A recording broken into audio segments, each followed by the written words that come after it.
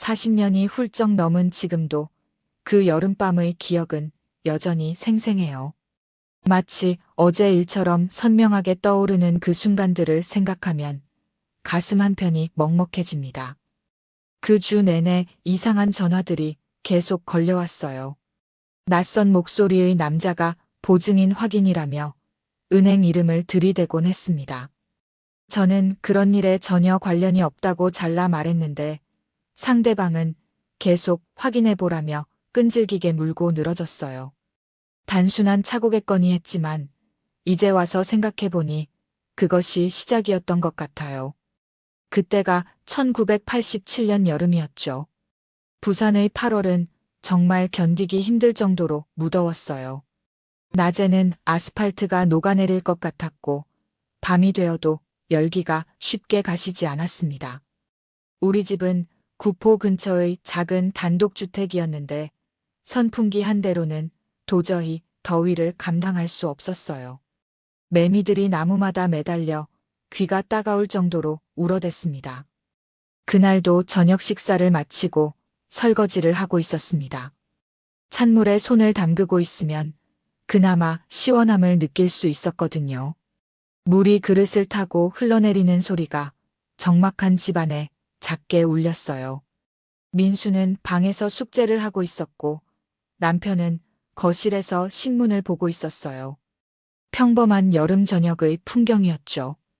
그런데 갑자기 현관문이 요란하게 열리는 소리가 들렸습니다. 시아버지와 큰형님, 그리고 시누이까지 들어왔어요. 모두들 평소보다 표정이 굳어 있었습니다. 뭔가 심상치 않은 분위기가 집안을 무겁게 눌렀어요. 설거지하던 손을 닦으며 무슨 일인지 궁금했지만 남편은 대답하지 않았어요. 그냥 날카로운 눈빛으로 저를 쳐다볼 뿐이었습니다. 그 시선 속에는 분노와 실망 그리고 차가운 배신감이 담겨 있었어요. 15년 동안 한 번도 받아본 적 없는 시선이었습니다. 남편이 턱을 들어 거실을 가리켰어요. 앉으라는 뜻이었습니다.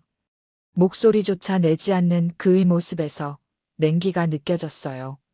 저는 조심스럽게 거실로 들어가 남편 맞은편에 앉았어요. 시댁 식구들은 저를 둘러싸고 앉았습니다. 마치 법정에서 피고인을 신문하는 것 같은 분위기였죠.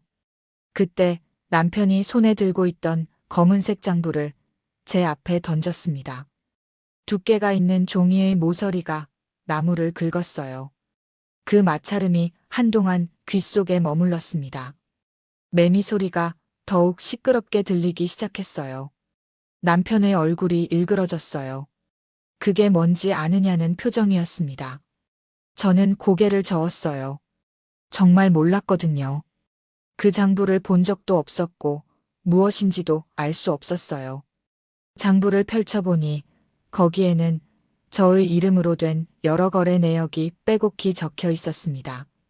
친정 어머니께 1,000만 원, 친정 오빠에게 800만 원, 사촌 형에게 500만 원. 이런 식으로 엄청난 액수의 돈이 빌려줬다고 기록되어 있었어요. 더 충격적인 것은 우리 집을 담보로 해서 몇 천만 원을 대출받았다는 내용이었습니다. 그런 일은 정말로 단 한 번도 없었어요. 저는 그런 큰 돈을 만져본 적도 없었거든요. 손가락 끝으로 장부를 만져봤어요. 획의 속도가 제 습관과 같았습니다. 급하게 꺾는 시옷의 방향까지 똑같았어요. 도장도 분명히 제 도장이었고 종이의 질감도 오래된 것처럼 거칠었습니다. 누군가가 이렇게 정교하게 조작한 증거를 보니 손끝이 저려왔어요. 목이 울컥해 올라오는 걸 참으며 이건 사실이 아니라고 저는 이런 일을 한 적이 없다고 말했습니다. 하지만 말이 제대로 나오지 않았어요. 시아버지가 벌떡 일어나며 주먹을 테이블에 내리쳤어요. 아직도 거짓말을 하느냐며 이 모든 증거가 여기 다 있다고 소리쳤습니다. 평소 온화하셨던 분이 이렇게 화를 내시는 것을 처음 봤어요. 열기가 가득한 집안이 더욱 답답하게 느껴졌습니다. 누군가가 의도적으로 저를 모함하고 있었습니다. 하지만 그 장부는 너무나 정교하게 만들어져 있었어요. 제 이름, 제 도장, 심지어 제 필체까지. 모든 것이 진짜처럼 보였습니다. 큰형님이 자리에서 벌떡 일어났어요. 얼굴이 붉게 달아올라 있었습니다. 당신들 가족을 위해서 이 집안이 얼마나 희생했는데 이런 식으로 배신하느냐는 뜻의 눈빛이었어요. 평소 과묵하셨던 분이 이렇게 격한 모습을 보이는 것도 처음이었습니다. 저는 두 손을 모으고 싶었어요. 이 모든 것이 오해라고, 정말 억울하다고 말하고 싶었습니다. 하지만 그들의 확신에 찬 모습을 보니 아무리 말해도 소용없을 것 같았어요. 가슴이 답답해서 숨이 제대로 쉬어지지 않았습니다. 그때 민수가 방문을 살짝 열고 상황을 지켜보고 있는 것을 봤어요. 아이의 눈에는 걱정과 두려움이 가득했습니다. 중학교 2학년밖에 안 된 아이가 이런 상황을 이해할 리 없었겠지만 뭔가 심각한 일이 벌어지고 있다는 것은 알 수 있었을 거예요. 매미 소리가 더욱 요란하게 들렸어요. 제가 민수에게 방으로 들어가라는 손짓을 했지만 아이는 쉽게 움직이지 못했어요. 어머니가 곤경에 처한 상황을 두고 볼 수 없었던 거겠죠. 남편이 벌떡 일어나며 현관문을 향해 걸어갔어요. 가정을 팔아먹은 여자라는 표정으로 저를 노려봤습니다. 그 시선이 저의 가슴을 칼로 찌르는 것 같았어요. 15년 동안 한결같이 가정을 지키려 노력했던 저에게 그런 눈빛을 보낸다는 게 믿어지지 않았습니다. 남편이 현관문을 활짝 열었어요. 지금 당장 이 집에서 나가라는 몸짓이었습니다. 8월의 뜨거운 공기가 거실로 밀려들었어요. 바깥의 매미 소리가 더욱 시끄럽게 들렸습니다. 저는 멍하니 앉아 있었습니다. 이런 일이 정말 제게 일어나고 있는 건지 믿을 수 없었거든요. 마치 악몽을 꾸는 것 같았어요. 민수가 작은 목소리로 무언가 물었어요. 어머니가 정말 나가야 하는지 그런 의미였을 거예요. 아이의 목소리에는 울음이 섞여 있었어요. 저는 민수에게 여기 있으라고, 아빠와 함께 살아야 한다고 간신히 말했습니다. 아무리 억울해도 아이만은 지켜야 했어요.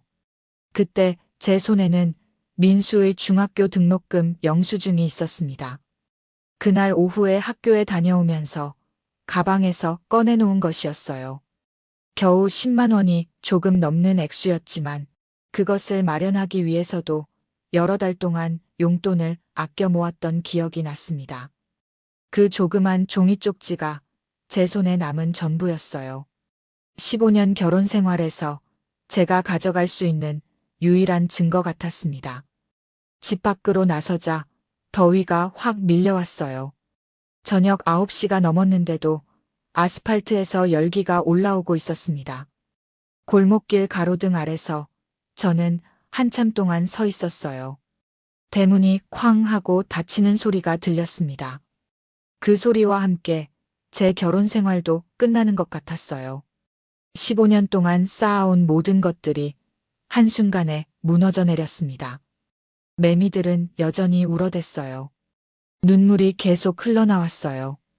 가슴이 조여와서 제대로 숨을 쉴 수 없었습니다. 손끝이 차갑게 식어갔어요. 그때 옆집에서 아주머니가 나오셨어요. 김아주머니였는데 평소에도 인사를 나누던 분이었습니다. 연세가 60 정도 되셨을까요? 항상 단정한 한복 차림에 온화한 미소를 지니신 분이었어요. 김아주머니가 이게 무슨 일이냐며 왜 이렇게 늦은 시간에 밖에 서 있느냐고 물으셨어요. 그분의 목소리는 따뜻했습니다. 제가 울고 있는 모습을 보시더니 집 안으로 들어가셨다가 밑반찬을 담은 작은 봉지를 가져오셨어요. 일단 이것부터 먹으라며 밥은 먹었는지 물어보셨습니다. 김치와 멸치볶음, 시금치나물이 들어있었어요. 평소에 늘 먹던 흔한 반찬들이었지만 그때만큼은 그 어떤 음식보다 소중하게 느껴졌습니다. 저는 말을 시작하려 했는데 목이 메어서 제대로 나오지 않았어요. 아주머니는 제 어깨를 가만히 두드려 주셨습니다. 자세한 얘기는 나중에 해도 된다고, 지금은 너무 힘들겠지만 억울해도 꿋꿋하게 살아야 한다고 말씀하셨어요. 아주머니의 말씀이 계속 이어졌어요. 세상에는 억울한 일들이 참 많다고 하지만 포기하면 안 된다고 하시면서 언젠가는 진실이 드러나게 마련이라고 말씀해 주셨습니다. 그 말이 제 가슴 깊숙이 박혔어요.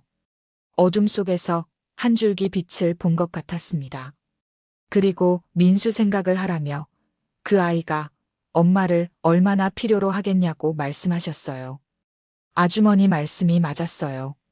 아무리 힘들어도 포기할 수 없었습니다.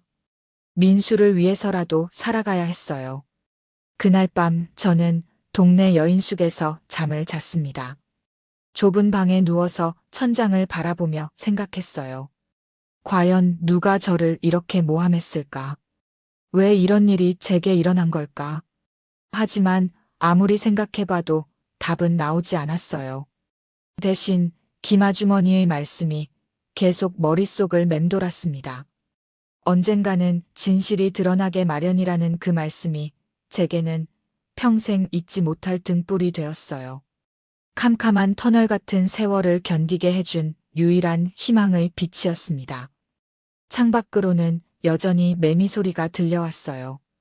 그 소리를 들으며 저는 다짐했습니다. 언젠가는 이 모든 억울함을 풀고 다시 민수와 함께 살 수 있는 날이 올 거라고. 그것이 제 인생에서 가장 길고 뜨거웠던 여름밤이었습니다. 시간은 참 신기한 것 같아요. 그렇게 절망적이었던 시간들도 지나고 보니 어느새 5년이란 세월이 흘렀습니다. 1992년 봄, 저는 전남 해남의 작은 어촌 마을에 자리를 잡고 있었어요. 처음 이곳에 왔을 때의 기억이 아직도 생생해요. 부산에서 밤차를 타고 내려와 새벽녘에 해남 읍내에 도착했을 때 온 세상이 조용했습니다. 도시의 소음에 익숙했던 저에게는 낯선 정적이었죠. 새벽 바다에서 올라오는 바람에는 미역과 소금 냄새가 배어 있었어요. 읍내에서 다시 시골 버스를 갈아타고 한참을 달려 도착한 곳이 바로 이 마을이었어요. 바닷가에서 걸어서 10분 거리에 있는 작은 마을이었습니다. 집들은 대부분 슬레이트 지붕의 시멘트 담장이었고 골목길마다 개나리와 철쭉이 피어 있었어요. 마을 사람들은 처음에 저를 경계했습니다. 당연한 일이었죠. 갑자기 나타난 중년 여인이 혼자 살겠다고 하니 의심스러웠을 거예요. 하지만 저는 조급하지 않았어요. 시간이 지나면 이해해 줄 거라고 믿었습니다. 마을 끝자락에 있는 작은 단칸방을 월세로 얻었어요. 방 한 칸에 부엌이 딸린 소박한 집이었지만 창문을 열면 멀리 바다가 보였습니다. 아침마다 갈매기 소리에 잠을 깨는 것이 새로웠어요. 생계를 위해 여러 일을 해봤습니다. 김양식장에서 김을 따고 농번기에는 모내기도 도왔어요. 손이 거칠어지고 허리가 아팠지만 하루하루 일하며 번 돈으로 살아갈 수 있다는 것에 감사했습니다. 그러다가 우연히 알게 된 것이 마을 경로당이었어요. 낡은 건물이었지만 어르신들이 모여서 화투도 치고 이런저런 이야기를 나누는 곳이었습니다. 그런데 점심때가 되면 어르신들이 하나둘씩 집으로 돌아가시는 거예요. 제가 어르신들께 점심은 안 드시냐고 물어보니 대답이 가슴 아팠습니다. 자식들은 모두 도시로 나가고 혼자 사는 어르신들은 제대로 된 식사를 하기 어려우시다는 거였어요. 그때부터 저는 경로당에서 밥을 짓기 시작했습니다. 처음에는 그냥 도와드리는 마음이었어요. 하지만 점차 함께 드시는 것이 일상이 되었고 나중에는 서로 의지하는 관계가 되었습니다. 처음에는 쌀을 사는 것도 부담이었어요. 하지만 마을 이장님께서 도와주시고 몇몇 집에서 쌀이며 반찬거리를 조금씩 보내주셨습니다. 매일 아침 6시면 경로당으로 갔어요. 큰 가마솥에 밥을 짓고 된장국을 끓이고 김치와 나물을 준비했습니다. 손은 바빴지만 마음은 편했어요. 누군가에게 필요한 사람이 된다는 느낌이 좋았거든요. 어르신들이 여기 음식이 이렇게 맛있을 수가 없다며 좋아하시고 덕분에 매일 따뜻한 밥 먹고 산다고 말씀하실 때마다 제 가슴이 뿌듯했어요. 특별한 요리는 아니었습니다. 그냥 집에서 해먹는 평범한 음식들이었죠. 하지만 어르신들은 정말 맛있게 드셨어요.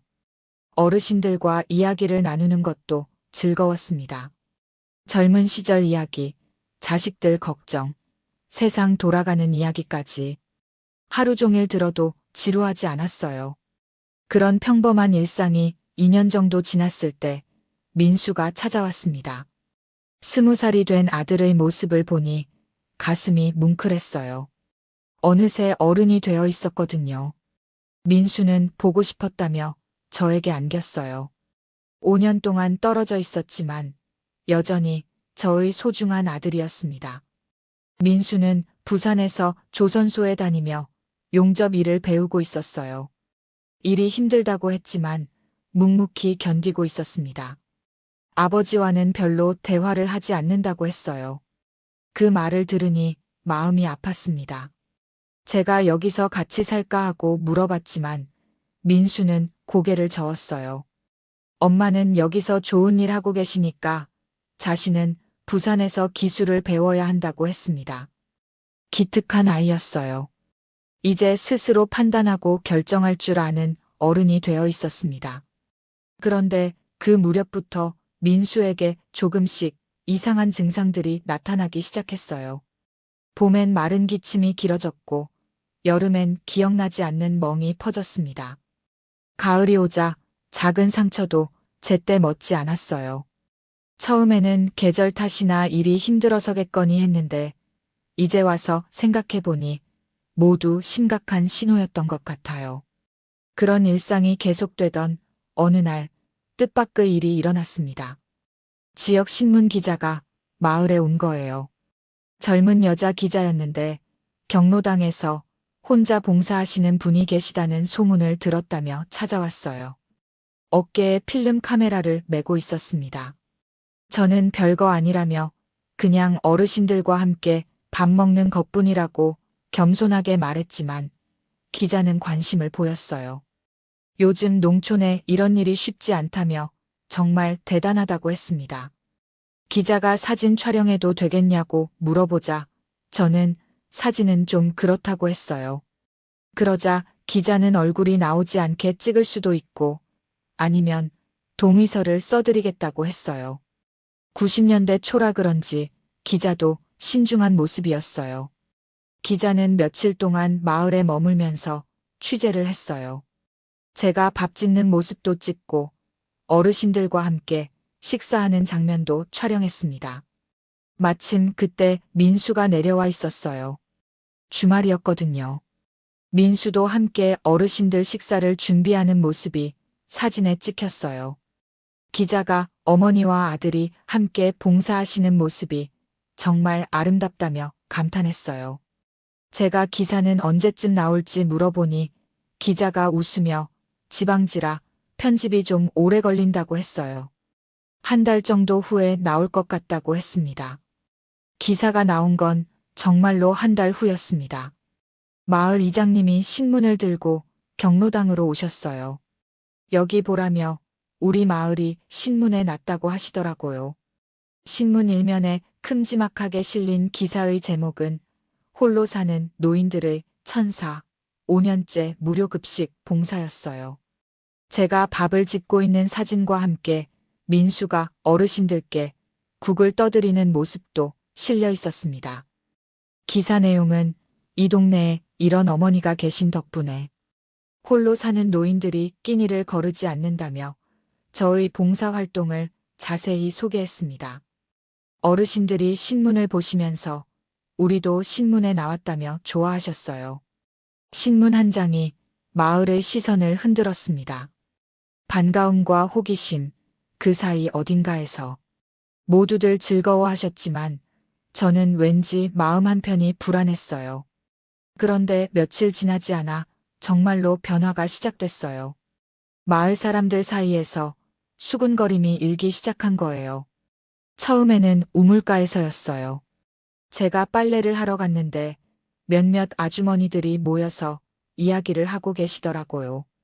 신문 사진 속 아들이 어디선가 본 것 같다는 정도였어요. 며칠 후 장을 보러 시장에 갔을 때는 좀 더 구체적이었어요. 부산에서 유명한 의사와 닮았다는 이야기가 나왔거든요. 석양빛이 시장을 물들이는 시간, 사람들의 목소리가 조금씩 확신을 띄어갔어요. 그리고 며칠 후 경로당에서는 더욱 구체적인 이야기들이 나왔어요. 부산에서 이주해온 김할아버지가 확신에 찬 목소리로 강 원장과 똑같다고 말씀하시는 거였어요. 이런 소문이 퍼지면서 상황이 점점 복잡해졌어요. 특히 마을 이장님 부인이 경로당에 와서 조심스럽게 물어보셨어요. 요즘 마을에 소문이 좀 안 좋게 돈다면서 혹시 예전에 무슨 일이 있었던 건 아니냐고 하시더라고요. 그 말을 들었을 때 제 가슴이 철렁했어요. 저는 특별한 일은 없었다며 그냥 개인적인 사정으로 이곳에 오게 된 거라고 애매하게 대답했어요. 제가 애매하게 대답하자 이장님 부인의 표정이 굳어졌어요.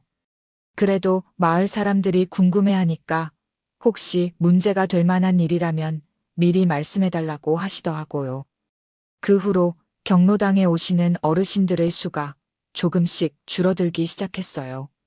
평소에 15분 정도 오시던 분들이 10분, 8분으로 줄어들었습니다. 제가 오늘은 사람이 적다고 말하니 한 어르신이 조심스럽게 요즘 마을에 이런저런 얘기가 많아서 그렇다고 말씀하셨어요.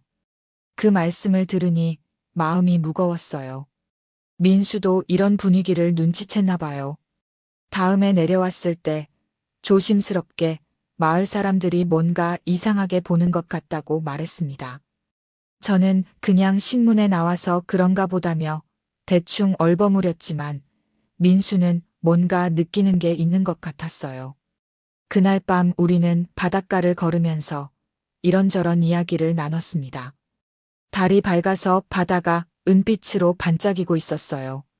물결이 모래를 핥는 소리가 조용히 들렸습니다. 그는 주변을 둘러보다가 제가 이곳에서 안정을 얻었는지 묻는 눈을 했습니다. 저는 그럼이라며 어르신들도 좋아하시고 보람도 있다고 대답했어요. 민수는 잠시 망설이더니 그냥 엄마가 편안했으면 좋겠다는 표정을 지었어요. 아들의 마음을 느낄 수 있었어요. 민수도 뭔가 걱정이 되는 모양이었습니다. 그리고 그 무렵 민수의 건강 문제도 더 눈에 띄기 시작했어요. 민수가 몸이 자꾸 무겁다며 계단만 올라가도 숨이 찬다고 했어요. 저는 일이 힘드니까 그런 거라며 좀 더 쉬라고 했어요. 하지만 민수의 얼굴색이 점점 창백해지는 것이 걱정됐어요. 예전에는 건강하게 햇볕에 그을린 얼굴이었는데 언제부턴가 파리하게 변해 있었습니다. 그날 저녁 혼자 집에 앉아 생각해 봤어요. 그 기사 한 장이 정말로 제 운명을 다시 흔들고 있었습니다. 평화롭던 마을 생활이 조금씩 흔들리고 있었어요. 하지만 포기할 수는 없었습니다. 아직도 저를 믿고 따라주시는 어르신들이 계셨고 경로당에서의 일이 제게는 생의 의미였거든요. 무엇보다 민수 걱정이 컸어요. 아들의 건강이 예전 같지 않다는 것을 점점 확실하게 느끼고 있었습니다. 내일은 또 어떤 일이 일어날까? 그런 생각을 하면서도 저는 아침이 되면 어김없이 경로당으로 가서 밥을 지을 준비를 했어요. 바닷바람이 창문으로 들어와 커튼을 흔들었습니다. 그 바람에는 여전히 미역과 소금 냄새가 배어 있었어요. 그 냄새를 맡으며 저는 다시 한번 다짐했어요. 무슨 일이 일어나더라도 당당하게 살아가겠다고. 김아주머니께서 말씀하셨듯이 언젠가는 진실이 드러나게 마련이라고 믿으면서 말이에요. 그렇게 저의 새로운 시련이 또다시 시작되고 있었습니다. 하지만 이번에는 민수의 건강이라는 더 큰 걱정이 함께였어요. 그 무렵 부산에서는 큰 변화가 일어나고 있었습니다. 제가 해남의 작은 마을에서 경로당 봉사에 전념하고 있던 바로 그때 전 남편은 부산 시내에서 가장 큰 종합병원 중 하나인 부산항병원의 병원장으로 승진했어요. 소식은 민수를 통해 들었습니다. 한 달에 한 번 해남에 내려올 때마다 민수가 전해주는 부산 소식 중 하나였죠. 민수가 조심스럽게 아버지가 병원장이 되었다고 말했을 때 저는 그냥 고개만 끄덕였어요. 그래, 잘 됐다며 오랫동안 의사 생활을 해왔으니까 당연한 일이라고 생각했습니다. 실제로 그랬어요. 전 남편은 의사로서는 실력 있는 사람이었습니다. 환자들에게도 인기가 많았고 수술 실력도 뛰어났죠. 그런데 병원장 승진은 단순한 승진이 아니었나 봐요. 부산항병원이 올해로 창립 30주년을 맞는다면서 성대한 기념식을 준비하고 있다고 했습니다. 민수가 지역 요직이 한자리에 모인다며 TV 방송도 나온다고 하더라고요. 민수가 말하는 것을 들으니 정말 큰 행사인 것 같았어요. 전 남편에게는 인생의 절정기가 찾아온 것 같았습니다. 저는 그런 이야기를 들으면서도 별다른 감정이 들지 않았어요. 이미 서로 다른 길을 걷고 있는 사람이니까요. 그저 민수가 아버지를 자랑스러워하는 모습을 보며 마음 한편이 복잡할 뿐이었습니다. 하지만 예상치 못한 일이 벌어졌어요. 바로 제가 경로당에서 봉사하는 모습이 지역 신문에 실린 직후였습니다. 마을에서 소문이 퍼지기 시작한 지 일주일쯤 지났을 때 그 광주일보 김 기자가 다시 찾아왔어요. 기자는 지난번에 왔던 김 기자라며 인사했습니다. 이번에는 더 준비를 철저히 해온 것 같았어요.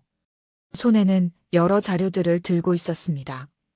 기자가 추가 취재를 통해 흥미로운 사실을 알게 되었다고 말했어요. 부산에서 온 마을 주민들의 증언을 정리한 것이었습니다. 6분이 모두 같은 증언을 했다는 거였어요. 신문 사진 속 청년이 강 원장의 젊은 시절과 똑같다는 것이었습니다. 제 가슴이 철렁했어요. 기자가 말을 계속했어요. 강 원장이 병원장으로 승진하면서 30주년 기념식을 연다는 소식도 들었다며 공개 행사라고 하더라고 했습니다. 만약 정말 친자 관계라면 이건 큰 사회적 이슈가 될 수 있다는 이야기였어요. 저는 목소리를 높였지만 기자는 물러서지 않았어요. 증언이 너무 구체적이라며 부산에서도 화제가 되고 있다고 했습니다. 기자가 떠난 후 저는 한동안 멍하니 앉아 있었어요. 상황이 점점 복잡해지고 있었습니다. 그 다음 주말 민수가 내려왔을 때 표정이 평소와 많이 달랐어요. 민수가 부산에서 난리라고 했어요. 무슨 일이냐고 물어보니 기자들이 자신을 찾아다니고 있다며 조선소까지 와서 물어본다고 했습니다. 민수의 목소리에 떨림이 있었어요. 강 원장 아들 맞냐고 물어보고 어머니는 어디 계시냐고 묻는다고 했어요. 제 예상이 맞았어요. 결국 부산에서도 이 일이 화제가 되고 있었습니다. 민수가 정말 모르겠다며 사람들이 계속 물어보는데 뭐라고 대답해야 할지 모르겠다고 했어요. 민수의 목소리에서 혼란과 고통이 느껴졌어요. 민수가 왜 사람들은 자기 보고 그 사람을 닮았다고 하는 거냐며 저를 바라보고 물었을 때 저는 대답할 수 없었어요. 이제 더 이상 숨길 수 없다는 생각이 점점 강해졌습니다. 그날 밤 우리는 바닷가를 걸었어요. 평소보다 조용한 분위기였습니다. 민수도 뭔가 눈치를 챈 것 같았어요. 민수가 갑자기 엄마는 자신의 아버지에 대해서 별로 얘기해주지 않았다고 말했어요. 저는 그냥 복잡한 사정이 있었다고 했어요. 언젠가는 얘기해 줄 거라고 했습니다. 하지만 그 언젠가가 이렇게 빨리 올 줄은 몰랐어요. 며칠 후, 더는 숨길 수 없다고 판단했어요. 민수에게 전화로 엄마가 숨긴 게 있다고 말했어요. 민수가 역시 그랬다며 작은 목소리로 말했어요. 저는 사실은 강 원장이 민수의 아버지라고 말했습니다. 그 말을 하고 나니 제 가슴이 무너지는 것 같았어요. 5년 동안 쌓아올린 평화로운 일상이 한순간에 무너져 내리는 느낌이었습니다. 민수는 한동안 말이 없었어요. 충격이 컸을 거예요. 민수가 자신도 궁금했다고 말했어요. 20살이 되도록 아버지 얼굴도 제대로 못 봤다며 사람들이 계속 닮았다고 하니까 더 궁금해졌다고 했어요. 민수가 자신도 가보고 싶다고 말했어요. 병원 기념식을 말이에요. 그는 사실을 듣기 전 얼굴을 먼저 확인하려 했다. 자신의 아버지가 어떤 사람인지 직접 보고 싶다고 하더라고요. 그 말을 들었을 때 제 가슴이 철렁했어요. 하지만 민수의 마음도 이해할 수 있었습니다. 제가 그건 위험하다며 만약 사람들이 알아보면 어떻게 하냐고 했지만 민수는 그래도 가보고 싶다고 했어요. 민수의 목소리에는 간절함이 담겨 있었어요. 그는 기자들의 끈질긴 질문에 대한 답을 찾고 싶어 했고 자신의 정체성에 대한 확신을 얻고 싶어 했습니다. 민수가 기념식은 공개 행사라고 했어요. 누구나 갈 수 있다고 하더라고요. 민수는 직접 눈으로 확인하고 싶다며 정말 자신의 아버지인지 그리고 어떤 사람인지 보고 싶다고 했어요. 저는 끝내 거절하지 못했어요. 아들의 마음을 이해할 수 있었거든요. 민수가 같이 가달라고 했어요. 혼자는 무섭다며 만약 정말 아버지라면 엄마도 함께 봐야 하지 않겠냐고 했어요. 민수의 말에 제 마음이 흔들렸어요. 아들이 혼자 그 어려운 상황을 감당하기에는 너무 어렸습니다.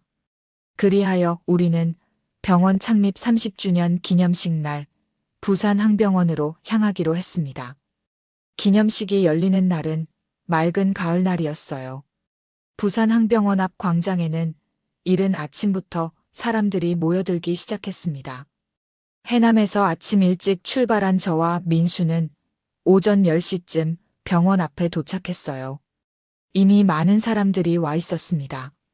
민수가 와 정말 많은 사람들이 왔다며 놀라서 말했어요. 정말 성대한 행사였습니다. TV 방송국 카메라들도 여러 대 설치되어 있었어요. 무대 위에는 부산 항병원 창립 30주년 기념식이라는 현수막이 걸려 있었고 사회자가 마이크 점검을 하고 있었습니다. 저는 민수에게 우리는 뒤쪽에 서 있자고 말하며 아들의 손을 꼭 잡고 사람들 뒤쪽으로 갔어요. 혹시 누군가 알아볼까봐 걱정되었거든요. 오전 11시 드디어 기념식이 시작됐습니다. 사회자가 축하의 말을 전했고 순서대로 축사가 이어졌어요. 부산 의료계의 발전, 지역사회 기여 등에 대한 내용들이었습니다. 그리고 마지막으로 전 남편이 나타났습니다. 5년 만에 보는 그의 모습은 많이 달라져 있었어요. 머리에 흰머리가 섞여 있었고 얼굴도 좀 더 수척해 보였습니다. 하지만 여전히 당당한 모습이었어요. 민수가 작은 목소리로 저 사람이 아버지냐고 물었어요. 저는 그렇다고 간신히 대답했어요. 가슴이 뛰고 있었습니다. 단상에 선 전 남편은 인사말을 시작했어요. 부산 항병원이 창립 30주년을 맞게 된 것을 진심으로 기쁘게 생각한다고 말했습니다. 그의 목소리가 마이크를 통해 광장 전체에 울려 퍼졌어요. 30년 전 작은 의원으로 시작한 자신들 병원이 오늘날 부산을 대표하는 종합병원으로 성장할 수 있었던 것은 하며 이야기를 계속했어요. 유창하고 당당한 말솜씨였습니다. 병원의 발전사 앞으로의 계획, 지역사회에 대한 기여, 모든 것이 완벽해 보였어요. 민수는 아버지를 뚫어져라 바라보고 있었어요. 복잡한 감정이 교차하는 것 같았습니다. 민수가 정말 자신의 아버지가 맞냐고 다시 물었어요. 왜 이렇게 멀게만 느껴지냐고 하자 저도 마음이 아팠어요. 5년 동안 떨어져 있었으니 당연한 일이었겠지만 그때 갑자기 누군가 저를 알아봤어요. 뒤에서 수군거리는 소리가 들렸어요. 해남에서 봉사하는 그 사람이라는 인식이 퍼져나갔습니다. 신문에 나온 그 사람이라는 확신이 번져갔어요. 사람들의 시선이 저희에게 집중되기 시작했어요. 제 심장이 빨라졌습니다. 민수가 불안해하며 사람들이 저희를 보고 있다고 말했어요. 저는 괜찮다며 조용히 있자고 했어요. 하지만 상황은 점점 심각해졌어요. 더 많은 사람들이 저희를 알아보기 시작했고 소음의 물결이 퍼져나갔습니다. 강 원장 아들이라는 추측이 확신으로 바뀌어가는 웅성거림이었어요. 그때 단상에서 연설하던 전 남편의 시선이 우리 쪽으로 향했어요. 그 순간 5년 동안 억눌렸던 모든 감정이 한꺼번에 밀려왔습니다. 분노, 슬픔, 억울함, 그리고 묘한 그리움까지. 제 시야가 좁아지고 심장 박동이 귓속을 가득 채웠어요. 전 남편도 저를 알아본 것 같았어요. 잠시 말이 끊어졌습니다. 마이크를 통해 그의 당황스러운 모습이 광장 전체에 전해졌어요. 사람들이 강 원장이 왜 저러냐며 무슨 일이냐고 웅성거리기 시작했어요. 그 순간 민수가 한 걸음 앞으로 나섰어요. 어디선가 아버지라는 단어가 떠올랐습니다. 이름이 아니라 호명이었어요. 그 말이 주변 사람들에게 전해진 것 같았어요. 사람들의 반응이 급격하게 변했어요. 정말 강 원장 아들이었다는 인식이 파도처럼 번져나갔습니다. 사람들로 가득한 그 자리에서 저는 아들의 손을 더욱 꼭 잡았어요. 이제 정말로 억눌렸던 진실이 세상 앞에 모습을 드러낼 순간이 되었습니다. 단상 위의 강 원장과 광장 아래의 저희. 5년 만의 재회가 이렇게 공개적인 장소에서 수백 명의 사람들이 지켜보는 가운데 이뤄지고 있었어요. 카메라들이 우리 쪽으로 돌아섰고 축하의 박수 대신 속삭임이 몰려왔어요. 그리고 저는 알 수 있었어요. 이제 더 이상 숨길 수도 피할 수도 없다는 것을.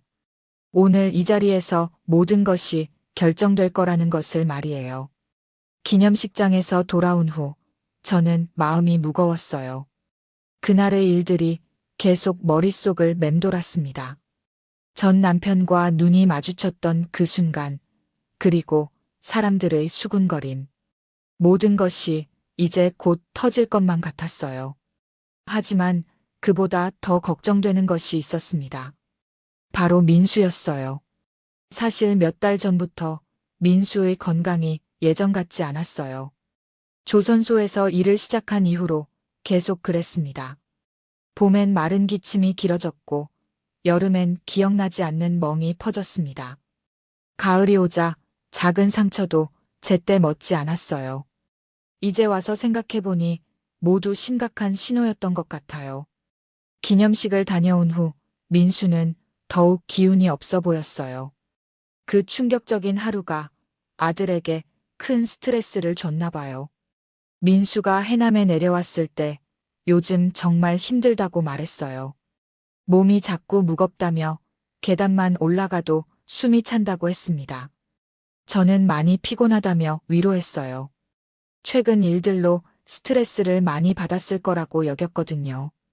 그런데 정말 큰일이 터진 건 기념식을 다녀온 바로 그 다음 주였습니다. 민수가 주말에 해남에 내려왔는데 평소보다 더 기운이 없어 보였어요. 민수는 소파에 누워서 거의 하루 종일 잠만 잤어요. 밥도 제대로 못 먹겠다며 입맛이 없다고 했습니다. 그래도 아들이 내려왔는데 굶고 있을 수는 없잖아요. 저는 민수가 좋아하던 된장찌개를 끓여서 밥상을 차렸습니다. 민수에게 밥 먹자고 했더니 알겠다고 대답했어요. 민수가 일어나서 식탁에 앉았어요. 하지만 숟가락을 드는 손이 떨리고 있었습니다. 제가 왜 손이 떨리냐고 물어보니 모르겠다며 자꾸 이런다고 하더라고요.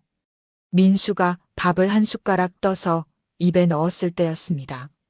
갑자기 얼굴이 하얗게 질리더니 숟가락을 떨어뜨렸어요. 민수가 엄마 하고 말하려다가 갑자기 피를 토하며 앞으로 쓰러졌습니다. 저는 민수야 하며 비명을 지르며 아들을 부둥켜 안았어요. 민수의 얼굴은 창백했고 입에서는 계속 피가 나오고 있었습니다. 아들은 의식을 잃은 상태였어요. 저는 어떻게 해야 할지 몰라서 당황했습니다. 떨리는 손으로 119에 전화를 걸었어요. 여기 해남군인데 사람이 피를 토하고 쓰러졌다며 빨리 와달라고 했어요. 구급차가 오기까지 15분. 그 시간이 15시간처럼 길게 느껴졌어요. 민수의 손을 잡고 계속 말을 걸었습니다. 하지만 민수는 깨어나지 않았어요. 구급차가 도착해서 민수를 해남군 병원으로 이송했어요. 응급실에서 의사들이 민수를 진찰하는 동안 저는 바깥에서 기다렸습니다. 1시간 후 의사가 나왔어요. 환자의 상태가 심각하다며 혈액 검사 결과를 보니 급성 혈액 질환이 의심된다고 했어요. 혈액과 급성이란 단어가 겹치는 순간 머릿속에서 불이 꺼졌습니다.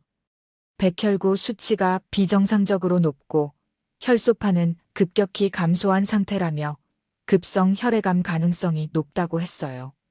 정확한 진단을 위해서는 더 정밀한 검사가 필요하고 특수한 치료를 받아야 할 것 같다고 했어요. 제가 여기서 치료할 수 있냐고 물어보니 의사가 고개를 저었어요. 저희 병원에서는 한계가 있다며 부산의 큰 병원으로 옮기는 것이 좋겠다고 했어요. 부산이라는 말을 듣는 순간 제 가슴이 철렁했어요. 하지만 민수를 살리는 것이 우선이었습니다. 의사가 부산항병원이 혈액내과로 유명하다며 거기로 이송해드리겠다고 했어요. 부산항병원. 바로 전 남편이 병원장으로 있는 곳이었어요. 운명의 장난처럼 느껴졌습니다. 민수는 구급차로 부산항병원으로 이송됐어요. 저도 함께 따라갔습니다. 3시간 넘게 달려서 부산에 도착했을 때는 밤 10시가 넘어 있었어요. 부산항병원 응급실은 불과 일주일 전 기념식장에서 본 그 병원이었어요. 하지만 이제는 제 아들의 생명이 달린 곳이 되었습니다. 응급실 의사들이 민수를 진찰했어요. 여러 검사를 거친 후 혈액내과 전문의가 나타났습니다. 의사가 환자분과 어떤 관계냐고 물어서 어머니라고 대답했어요. 의사가 혈액 검사 결과 급성 골수성 백혈병이 강력히 의심된다고 했어요. 정확한 진단을 위해 골수 검사를 해야 하고 우선 응급수혈과 유도, 항암 치료가 필요하다고 했어요. 의사가 설명을 계속했어요. 지금 혈소판 수치가 매우 낮아서 출혈 위험이 높다며 즉시 혈소판 수혈을 해야 한다고 했어요. 그리고 가족 중에 혈액형이 맞는 분이 성분원혈을 해주시면 가장 좋다며 특히 부모님의 혈액이 적합할 가능성이 높다고 했어요. 의사가 말을 계속했어요. 아버지 되시는 분도 오실 수 있냐며 혈액 검사를 해봐야 한다고 했어요. 그 순간 저는 어떻게 대답해야 할지 몰랐어요. 5년 동안 숨겨왔던 비밀을 털어놓아야 할 상황이 된 거였습니다. 사실은 복잡한 사정이 있다고 했어요. 아버지와 연락이 끊어진 상태라고 했어요. 의사가 걱정스러운 표정을 지었어요. 그렇다면 더 어려워진다며 하지만 환자의 생명이 우선이니까 어떻게든 연락을 취해보라고 했어요. 그날 밤 저는 병원 로비에서 밤을 샜어요. 민수는 중환자실에 있었고 면회 시간에만 잠깐 볼 수 있었습니다. 다음 날 아침 의사가 더 자세한 설명을 해줬어요. 골수 검사 결과가 나왔다며 급성 골수성 백혈병이 확진됐다고 했어요. 우선 항암 치료를 시작해야 하고 향후 골수 이식도 고려해야 할 수 있다고 했어요. 1992년 현재로서는 골수 이식이 아직 일반적이지 않다며 우선은 항암 치료와 지속적인 수혈과 혈소판, 수혈이 주된 치료법이라고 했어요. 의사가 설명을 계속했어요. 하지만 HLA 검사라는 것을 해야 한다며 가족 간의 조직 적합성을 확인하는 검사인다. 향후 골수 이식을 대비해 필요하다고 했어요. 가족 간에 일치할 확률이 높다며 그리고 보호자 비용 책임을 확인하는 서류가 필요하다고 했어요. 저는 결단을 내려야 했어요. 아들의 생명이 달린 문제였습니다. 아버지에게 연락해보겠다고 했어요. 하지만 어떻게 연락을 해야 할지 막막했어요. 5년 동안 한 번도 연락한 적이 없었거든요. 그때 간호사가 다가왔어요. 혹시 환자 아버지가 이 병원에 계신 강 원장님이냐고 물었어요. 간호사의 말에 저는 깜짝 놀랐어요. 어떻게 아셨냐고 물어보니 닮았다며 특히 눈매가. 그리고 최근에 소문도 있었다고 하더라고요. 이제 더 이상 숨길 수 없었어요. 맞다고 했어요. 그럼 원장님께 연락드릴까요? 하고 간호사가 물어서 저는 고개를 끄덕였어요. 이제 체면이나 자존심을 따질 때가 아니었습니다. 1시간 후, 전 남편이 나타났어요. 5년 만에 가까이서 보는 그의 모습은 많이 달라져 있었습니다. 전 남편이 중환자실을 바라보며 민수가 하고 말했어요. 저는 네 하고 간단히 대답했어요. 지금은 다른 이야기를 할 때가 아니었습니다. 혈액 검사부터 해야겠다고 하며 전 남편은 곧바로 검사실로 갔어요. 의사로서의 판단이 앞섰나 봐요. 혈액형 검사와 HLA 검사 결과가 나오기까지 몇 시간이 걸렸어요. 그동안 저희는 거의 말을 하지 않았습니다. 다만 민수 걱정뿐이었어요. 검사 결과가 나왔다며 의사가 결과지를 들고 왔어요. ABO가 맞아 바로 성분원혈을 진행할 수 있다고 했다. HLA 결과는 향후 골수 이식 여부를 결정하는데 참고가 될 거라고 했어요. 그 말을 듣고 저는 안도의 한숨을 쉬었어요. 하지만 의사가 말을 계속했어요. 그런데 치료 동의와 비용 책임을 명확히 하기 위해 행정 절차상 친자관계 확인이 요구된다고 했어요. 전 남편도 별다른 반대를 하지 않았어요. 아들의 생명이 걸린 문제였으니까요. 친자 검사는 며칠 뒤에 결과가 나왔어요. 제가 병원 복도에서 기다리고 있을 때 의사가 결과지를 들고 왔습니다. 검사 결과라며 의사가 결과지를 보여줬어요. 퍼센트 기호가 한 문장보다 더 큰 의미를 가졌습니다. 종이 한 장이 관계를 현재형으로 끌어왔어요. 99.9%라는 숫자, 옆에 찍힌 병원 도장이 5년간의 침묵을 깨뜨렸습니다. 전 남편도 결과지를 보더니 복잡한 표정을 지었어요. 그럼 이제 본격적인 치료를 시작하겠다고 의사가 말했어요. 민수의 치료는 그 다음 주부터 본격적으로 시작됐어요. 전 남편이 직접 성분원혈을 했고 수혈과 혈소판 수혈을 지속적으로 받았습니다. 항암 치료도 함께 진행됐어요. 다행히 민수는 젊은 나이라 치료에 잘 반응했습니다. 그런데 그 무렵 또 다른 일이 일어났어요. 부산 지역 언론사에서 병원 비리를 추적하던 기자가 큰 특종을 터뜨린 거예요.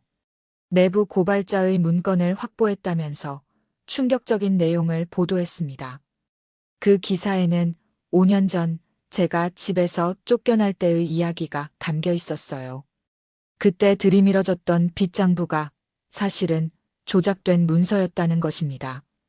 기사에 따르면 전 남편의 승진을 도우려던 몇몇 친척과 병원 간부들이 짜맞춰 꾸며낸 일이었다고 했어요.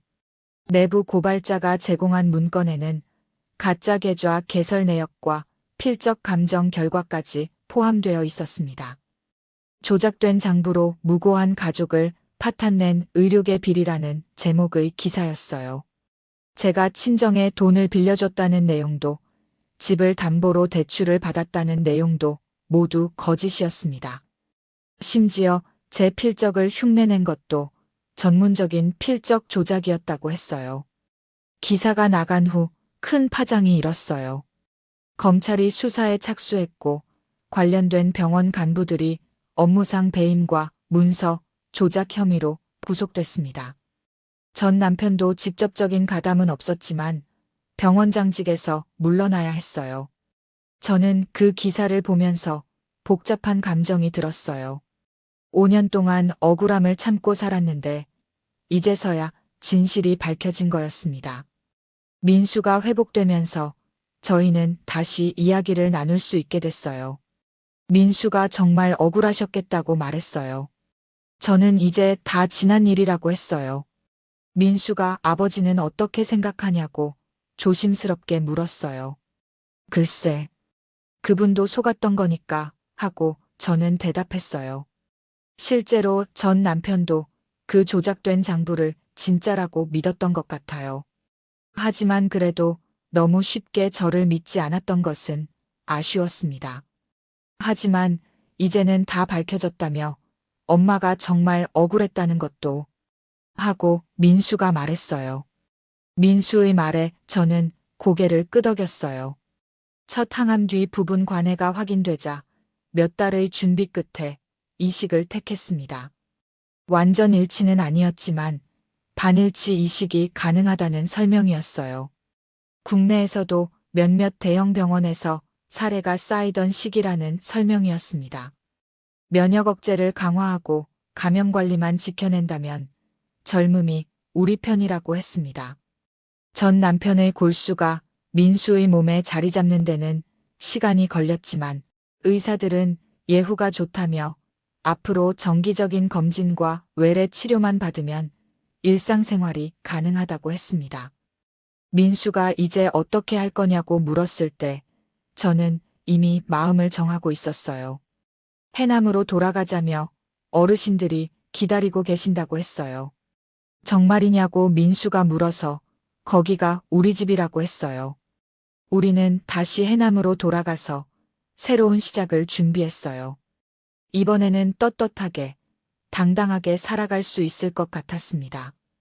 첫 항암 뒤 부분 관해가 확인되고 몇 달의 준비를 거쳐 골수 이식이 성공한 후 민수가 처음으로 제대로 눈을 떴어요.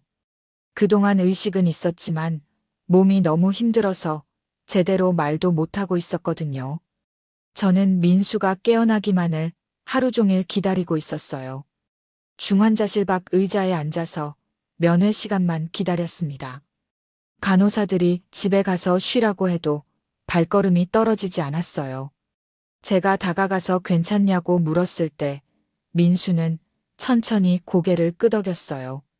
목소리는 아직 많이 약했지만 의식은 또렷했습니다. 민수가 여기가 어디냐고 물어서 부산항병원이라며 수술 잘 끝났다고 말해줬어요.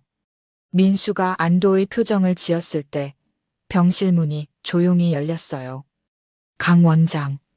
아니, 전 남편이 들어왔습니다. 그는 평소와 다른 모습이었어요. 의사 가운도 입지 않은 채 평범한 옷을 입고 있었고 표정도 어딘가 초라해 보였습니다. 최근 병원 비리 사건이 터지면서 병원장직에서 물러났거든요. 전 남편은 민수 침대 옆으로 다가갔어요. 그리고 놀랍게도 무릎을 꿇었습니다. 그의 몸짓 전체가 사과였어요. 이제야 돌아왔다는 뜻의 고개 숙임이었고 용서를 구하지만 곁에 있게 해달라는 간청이었습니다. 저는 그런 그를 처음 봤습니다. 결혼 15년 동안 한 번도 울음을 보인 적이 없던 사람이었거든요. 민수는 잠시 아버지를 바라보더니 차갑게 그 손을 뿌리쳤어요. 5년 동안의 부재에 대한 분노가 담긴 거부였습니다. 전 남편은 그날 이후 매일 병원에 왔어요. 하지만 민수는 아버지와 말을 하려 하지 않았습니다. 그냥 딴 곳을 보거나 눈을 감아버렸어요. 저도 전 남편과 어떻게 대해야 할지 몰랐어요. 5년 동안 많은 일이 있었고 감정이 복잡했거든요. 어느 날 제가 먼저 말을 꺼냈어요.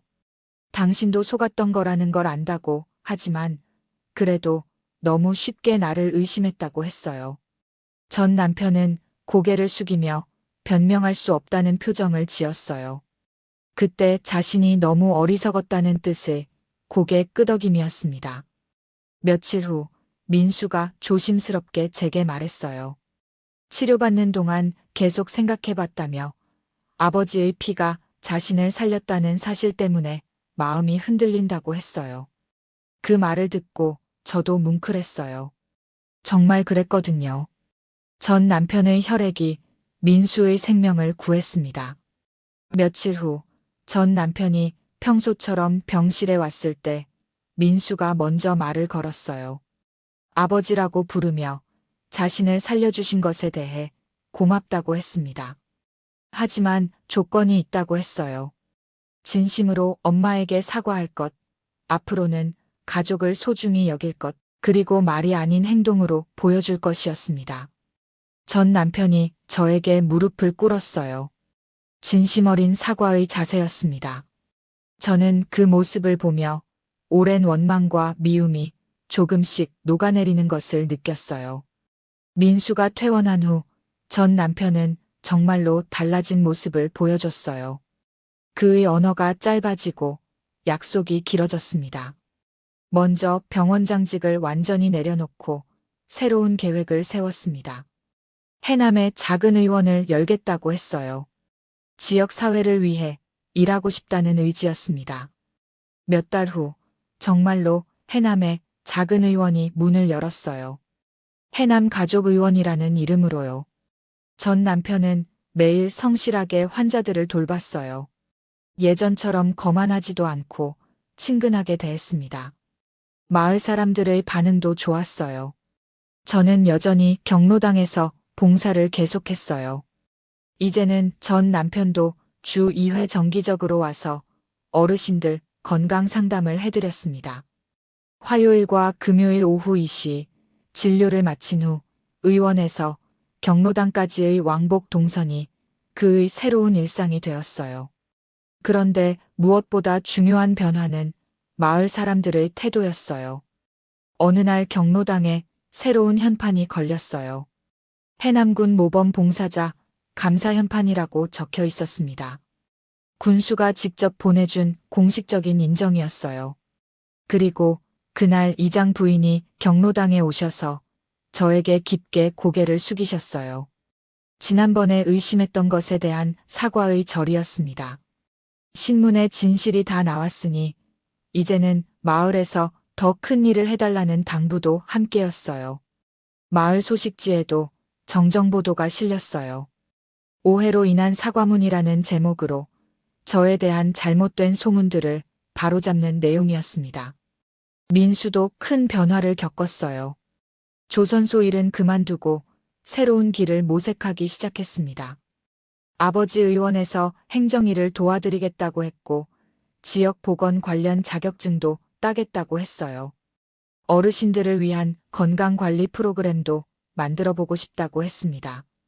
하지만 우리 가족의 재결합은 성급하지 않게 진행됐어요.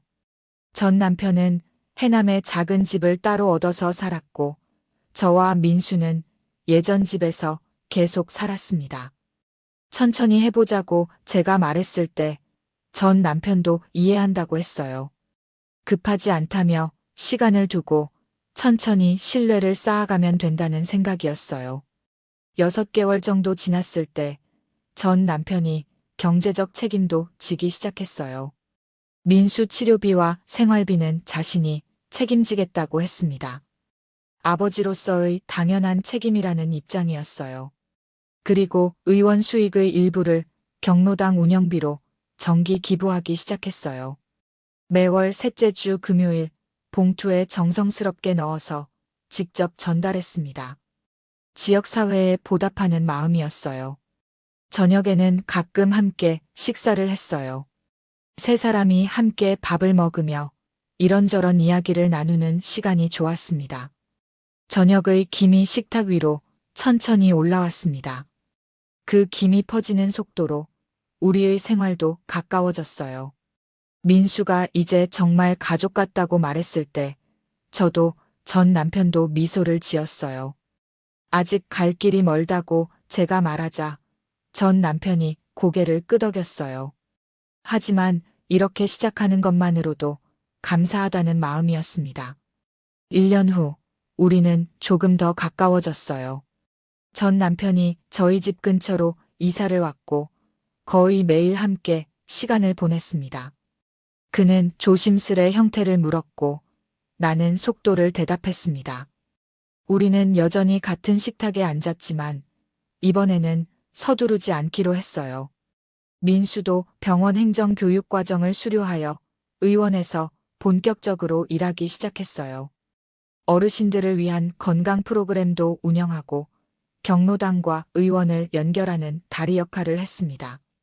민수 덕분에 일이 더 보람 있어졌다고 전 남편이 자랑스럽게 말했어요. 그날 밤 혼자 있을 때 저는 깨달았어요. 억울함 속에서도 끝내 지켜낸 아들, 용기를 내어 다시 다가온 남편, 그리고 모든 어려움을 견뎌낸 저 자신. 그 모든 것들이 다시 이어져서 우리 가족의 새로운 시작이 되어 주었어요. 5년이라는 시간이 결코 짧지 않았지만 그 시간 동안 우리는 모두 성장했습니다.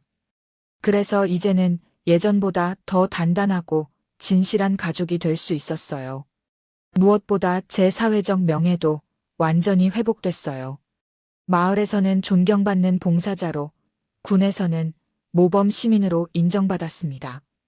그 모든 억울함이 씻겨진 거였어요. 창밖으로 해남 바다가 보였어요. 그 바다를 바라보며 저는 마음속으로 다짐했습니다. 이제는 정말 행복하게 살아가자고, 서로를 소중히 여기고 감사하며 살아가자고. 그렇게 우리 가족의 새로운 이야기가 시작되었어요. 천천히 하지만 확실하게 서로를 향해 다가가는 우리의 이야기가 말이에요.